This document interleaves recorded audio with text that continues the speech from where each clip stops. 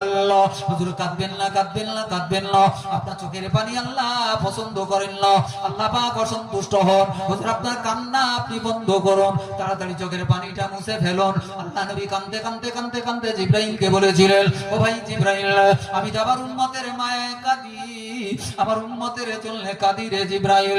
না না, আমি কান্না বন্ধ করতে পারবো না, আমি কান্নার পানি মুছতে পারবো না। যাও রে জিবরাইল যাও, একবার আমার মাহবুদের কাছে যাও, একবার আমার মালিকের কাছে যাও। আমার আল্লাহ যদি আমার উম্মত গুলোকে ক্ষমা না করে, আল্লাহ যদি আমার উম্মত গুলোকে মাফ না করে, আমি মুহাম্মদ আজ আর আমার চোখের পানি বন্ধ হবে না।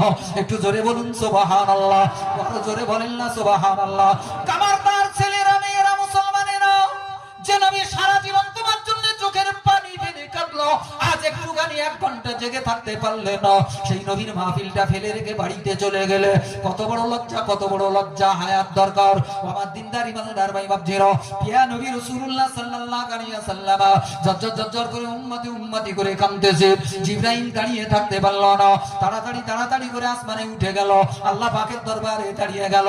হে রব্বি আল্লাহ, তোমার নবীর কান্না বন্ধ করা যায় না আল্লাহ, তোমার নবী চোখের পানি মোছা যায় না আল্লাহ। আল্লাহ পাক সব জানার পরেও জিবরাইলকে বলেন, জিবরাইল রে, এই জিবরাইল, নবী এত কান্না কেন কাঁদে? নবীর কি খাওয়া হয় না? নবী কি বিবির মায়ায় কাঁদে? নবী কি বাচ্চার মায়ায় কাঁদে? কিসের জন্য নবীর এত কান্না? জিবরাইল আমার আল্লাহকে ডেকে বলে, আল্লাহ, তোমার নবী উম্মতের এত পাগল, তোমার নবী এত দরদী নবী, এত মায়ার নবী, দুনিয়ার উম্মত গুলোকে তোমার নবী এত ভালোবাসলো আল্লাহ। আল্লাহ বা বিবির কথা নয়, বাচ্চার কথা নয়, আপনজন প্রিয়জনের জন্য কাঁদে না, নবী কাঁদতেছে উম্মতের মায়ায়। আমার আল্লাহ পাক ওই সময় ডেকে বললেন জিবরাইলকে, জিবরাইল, এই জিবরাইল, তাড়াতাড়ি করে একবার আমার বন্ধুর কাছে যাও, একবার আমার নবীর কাছে যাও, একবার আমার নবীকে বলে দে, আমি কাল